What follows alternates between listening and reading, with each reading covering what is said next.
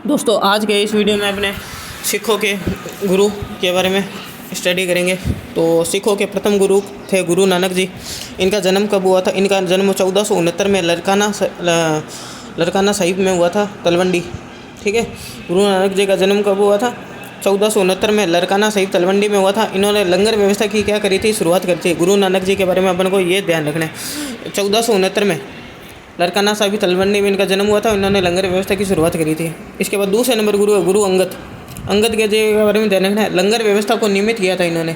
लंगर व्यवस्था की शुरुआत किसने करी थी? गुरु नानक जी ने करी थी। और लंगर व्यवस्था को नियमित किसने करा था? गुरु अंगद ने किया था।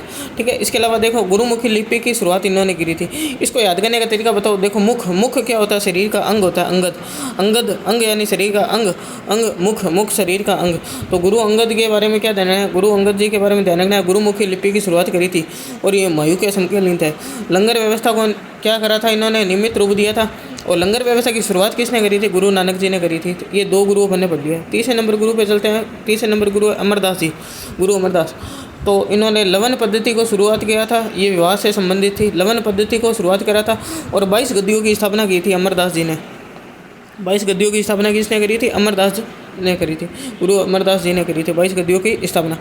और इसके बाद रामदास जी, गुरु रामदास जी, इनके बारे में ध्यान रखना है। अकबर ने 500 बीघा ज़मीन दी थी इनको। रामदास जी को क्या करी थी? अकबर ने 500 बीघा ज़मीन दी थी और यहीं पर अमृतसर नगर की स्थापना हुई है। ठीक है, रामदासपुर नाम से। रामदास जी के बारे में ध्यान रखना है। अकबर ने 500 बीघा इनको क्या दी थी? अकबर ने 500 बीघा इनको ज़मीन दी थी और यहीं पर क्या बनी हुई? अमृतसर नगर की स्थापना हुई है। रामदासपुर पैलेस के नाम से जाना जाता था। गुरु पद का पैतृक हो गया इनके समय से। गुरु रामदास जी के समय से क्या हो गया? गुरु का पद पैतृक हो गया था। ठीक है, ये रामदास के बारे में ध्यान रखना, गुरु रामदास जी के बारे में। तो मेन बात यही है, इनको अकबर ने 500 बीघा ज़मीन में दी थी और यहीं पर अमृतसर नगर की स्थापना हुई है। ये अपन को ध्यान रखना है गुरु रामदास जी के बारे में। अगले 5वें नंबर गुरु है अर्जुन देव, गुरु अर्जुन देव। आदि ग्रंथ का संकलन किया इन्होंने। क्या करा? आदि ग्रंथ का संकलन किया। सूफी संत मियाँ मीर द्वारा अमृतसर में स्वर्ण मंदिर की नींव रखी गई। अर्जुन देव के समय ध्यान रखना है। अर्जुन देव के सूफी संत मियाँ मीर द्वारा अमृतसर में स्वर्ण मंदिर की नींव रखी गई। अमृतसर में स्वर्ण मंदिर का निर्माण की नींव किसने रखी थी? अर्जुन देव जी ने रखी थी। ठीक है, मनसद प्रथा चलाई थी इन्होंने। मनसद प्रथा किसने चलाई थी? अर्जुन देव जी ने चलाई थी। गुरु अर्जुन देव जी ने चलाई थी। 1606 में खुसरो ने जहांगीर के विरुद्ध विद्रोह किया था। 1606 में खुसरो ने जहांगीर के विरुद्ध विरोध किया था, जिसमें इसका साथ सिखों के 5वें गुरु अर्जुन देव जी ने दिया था। ये अपन को अर्जुन देव जी के बारे में ध्यान रखना। मेन बात यही है कि सूफी संत मियाँ मीर द्वारा अमृतसर में स्वर्ण मंदिर की नींव रखी गई। सूफी संत कौन है? मियाँ मीर द्वारा अमृतसर में स्वर्ण मंदिर की नींव रखी गई। ठीक है, और ये भूमि किसको दी थी? रामदास जी को दान में दी गई थी। आगे चलते अपने। 1606 में खुसरो ने जहांगीर के विरुद्ध विद्रोह किया, जिसमें इसका साथ 5वां गुरु अर्जुन देव जी ने दिया था। इसके बाद 3 गुरु अब लगातार याद रखने। 5 हो गया ना, 6ठा 7वां हरगोविंद, हर्राय और हरकिशन। हरगोविंद, हर्राय और हरकिशन, 3 गुरु साथ में ध्यान रखना। हरगोविंद, हर्राय और हरकिशन। तो हरगोविंद जी के बारे में क्या ध्यान रखना है? सिखों को एक सैनिक संप्रदाय बना दिया था इन्होंने। अकाल तख्त की स्थापना की थी हरगोविंद ने। सिखों को एक सैनिक संप्रदाय बना दिया और अकाल तख्त की स्थापना की थी।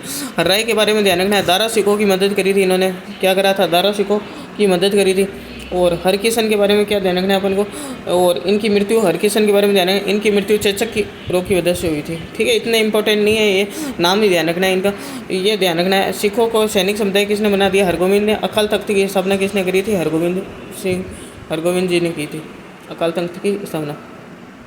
आगे तेग बहादुर, 9वें नंबर गुरु है तेग बहादुर। इस्लाम धर्म स्वीकार न करने के कारण फांसी पर लटकाया गया औरंगजेब ने। इस्लाम धर्म स्वीकार न करने के कारण फांसी पर लटकाया गया। किसने? औरंगजेब ने लटकाया था। और गुरु गोविंद सिंह सबसे ज़्यादा लास्ट में खालसा पंथ की स्थापना करी थी इन्होंने। खालसा पंथ की स्थापना की थी 13 अप्रैल 1699। 13 अप्रैल 1699 यानी 1700 में एक कम। 13 अप्रैल 1699 में बैसाखी के दिन, किसके दिन? बैसाखी के दिन आनंदपुर साहिब में इन्होंने क्या करी? खालसा पंथ की स्थापना की थी। 13 अप्रैल 1699 बैसाखी के दिन आनंदपुर साहिब में क्या करी थी? इन्होंने खालसा पंथ की स्थापना की थी। गुरु प्रथा समाप्त की इन्होंने। क्या करी? गुरु प्रथा समाप्त की। तो गोविंद सिंह के बारे में क्या देना? खालसा पंथ की स्थापना की थी। 13 अप्रैल 1699 को बैसाखी के दिन आनंदपुर साहिब में क्या करी थी इन्होंने?